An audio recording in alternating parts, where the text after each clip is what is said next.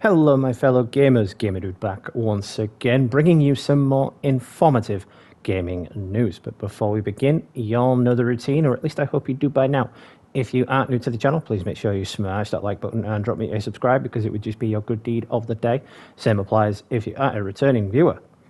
Now then, also before we begin, I am following on some previous feedback from my last video, because apparently the microphone sounded like I was speaking out of a tin can. Someone also mentioned that it was the only thing holding my channel back. So I've done a series of tests with my current microphone that I use frequently, and I have discovered the same issue when I'm listening to my own audio back through the share factory that I use on PlayStation. So what I've done is switch back to my older microphone, which does sound better and a tad bit less gritty, let's say. So now, anyway, with that out of the way, let's get on with the video. So it does appear that Horizon Zero Dawn developer and Horizon Forbidden West developer Guerrilla Games' next project, Horizon 3, might be a while away. Why is this, you might ask? Well, because it's yet another studio that's fallen into the trap of live service online trash. Yes, that's right. Guerrilla Games have sadly announced that Horizon 3 will be a ways off, because their next project is going to be a live service online-based cooperative game. Oh man, I can't stress enough why this is a horrible idea. Why do developers keep ruining beautiful and glorious single-player games for an online experience? A sole online experience, that is. If you're going to add an online element to a game like Horizon, then add it to the existing game. Don't create a spin-off for the game that's entirely online, because that just puts a complete halt to the sequel, which is exactly what's happening right now. Guerrilla Games have said because of this, it is their next project, so Horizon 3 is quite a ways off. Now, in this video, we're going to be breaking down and discussing everything this means for the future of the Horizon franchise, so let's get going. Now, there are lots of questions, of course, surrounding this strategy.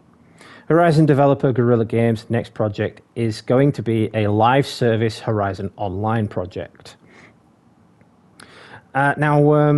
Someone told, or was speaking to Spawnwave on Spawncast, and the promised Horizon 3 has been said to be a ways off.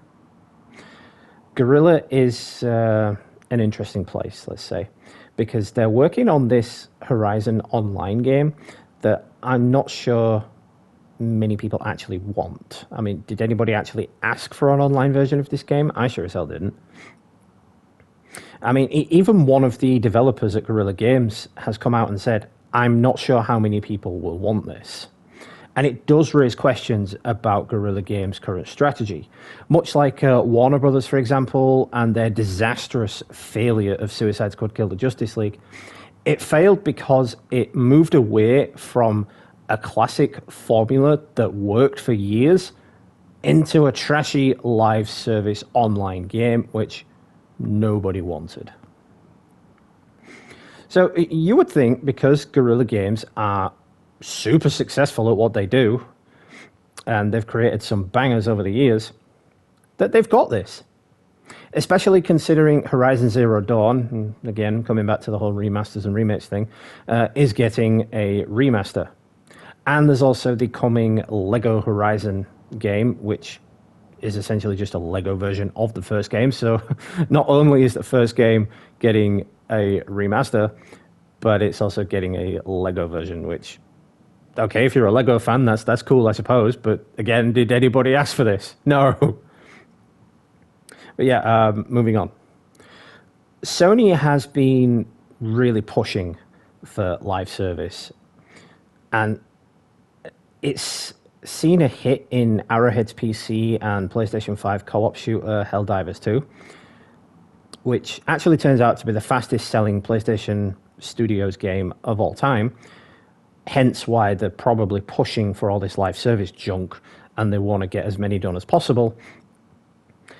Although you would think with the disastrous failure of Concord, for example, they would take another look at what they're doing and think, maybe this isn't what people want after all, maybe we should go back to traditional gaming, which is what the forefront of the PlayStation is. That is PlayStation's brainchild, single-player based games. But yeah, coming back to what I said about Concord, it flopped hard. And that, as opposed to Helldivers 2, became one of the most disastrous launches in PlayStation history and actually sold the worst, again, opposed to Helldivers 2, which became the fastest selling. And at the time, when the live service market is dominated by old games that continue to gobble up all these new players' attention and, crucially, their spending money, newcomers are finding it increasingly difficult to carve out a piece of the action. Before Concord's release from PlayStation and subsequent shutdown, the most high-profile live service casualty was Rocksteady's much hated, let's say, Suicide Squad Kill the Justice League, which flopped to the tune of $200 million from publisher Warner Brothers. Now, that's not saying that they lost $200 million in sales. They lost $200 million because of the development, and a lot of staff at Rocksteady were actually laid off. Now, bear in mind, a lot of people have been trashing on the staff at Rocksteady. This wasn't their decision. This was not their choice. They were forced to do this by Warner Brothers. So blame Warner Brothers, not Rocksteady. Rocksteady are a fantastic studio. I have nothing but respect for everybody working there. Moving on, Sony itself has now scaled back its live service ambitions dramatically following a big investment. In November of last year, Sony president said the company was reviewing the 12 live service PlayStation games it currently had in the works and were committed to launching only 6 of them by the end of the financial year 2025.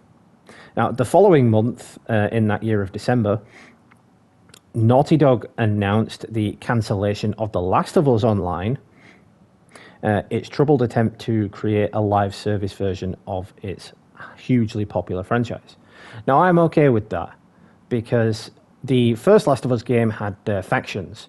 Yeah, I mean, when it first came out, I played it, and I hated it. I didn't like it. It was basically just an online kill free-for-all deathmatch. And there's too many of those, if you ask me.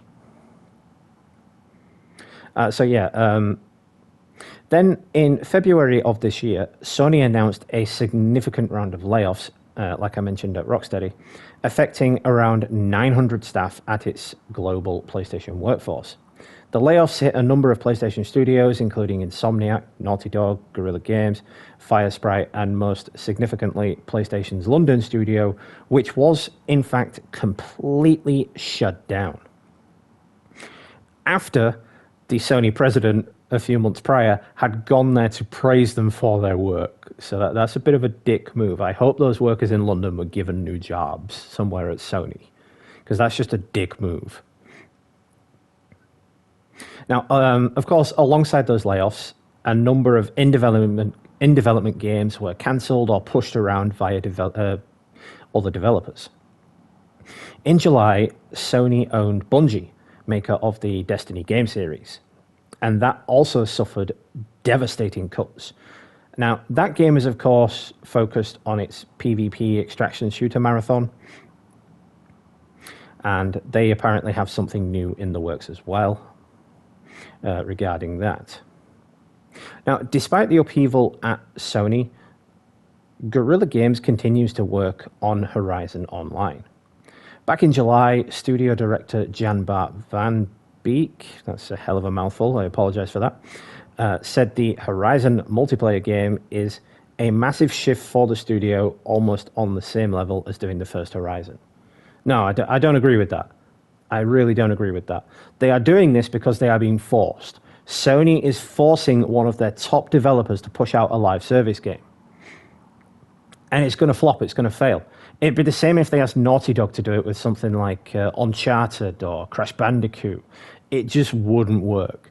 So they're asking someone with a very popular game franchise that's still ongoing, that people still like playing today, to make something live service, see if it's received well, and see what they can make from that.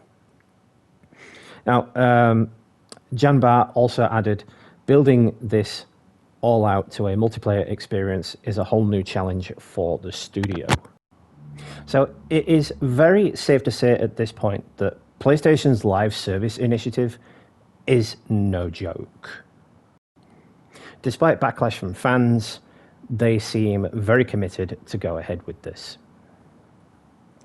Now, Guerrilla Games have also confirmed the existence of this long-rumoured multiplayer game all the way back in December 2022, revealing through a job listing that it would feature a brand new cast of characters and a new art style.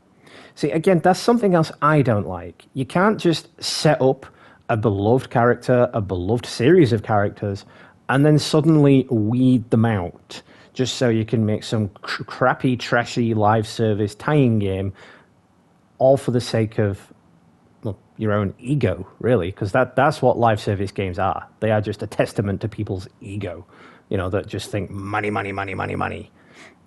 It's unfortunate now that the market is controlled by rich kids' parents, and it's the rich kids that want these service games, and rich kids' parents will provide.